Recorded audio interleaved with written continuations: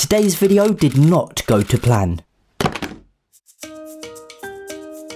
It was supposed to be about something really cool that happens each day here at the Greenwich Observatory in London. You see, the Greenwich Observatory sits upon the Greenwich meridian, the line that marks precisely 0 degrees longitude. Just as the equator divides the world into the north and south hemispheres, the Greenwich meridian divides it into the east and west hemispheres. And it's not just longitude.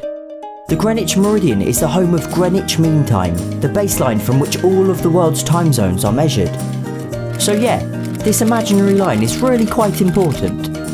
But it was even more important in the days before we had digital clocks. In the 1800s, for instance, ships navigated using a device called a chronometer, which uses time to calculate longitude. In Greenwich Mean Time, 12 noon is when the sun reaches its highest point in the sky above the Greenwich meridian. But if a sailor were out at sea and observed the sun at its highest point at 3 PM Greenwich Mean Time, he could use this information to determine his longitude by working out his position relative to Greenwich. Now don't worry if that didn't make any sense. The point is that sailors needed to set their chronometers accurately before setting sail. And so to help with this, the Greenwich Observatory created the time ball. The time ball is a red metal sphere that sits upon a spire atop the observatory. At 12:55, the ball rises to half-mast, and at 12:58 rises to the top of its spire. And then at precisely 1 o'clock, it drops back down, and I can assure you, it is very exciting. The idea was that sailors on the River Thames could see the time ball from their ships, and therefore accurately set their chronometers to Greenwich Mean Time. And today, after 185 years, the time ball still drops every day at 1 PM, a wonderful relic of an era long since past. So that's what today's video was going to be about.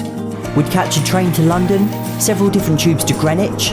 I'd then explain all of this, and then the video would end with a shot of the time ball dropping.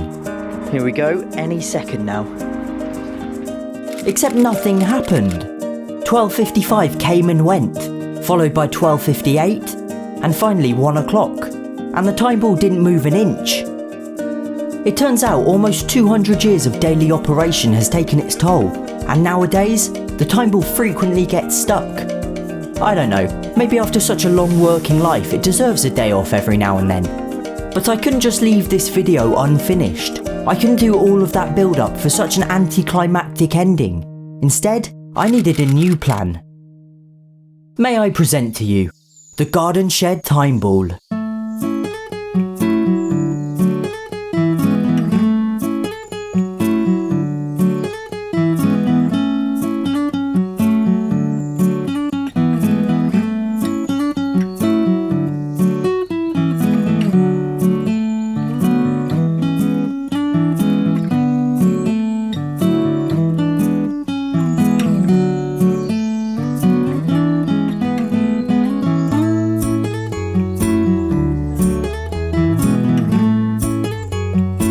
A couple of weeks after I'd originally made this video, I happened to be in the area again around lunchtime, and so thought I'd check in on the time ball.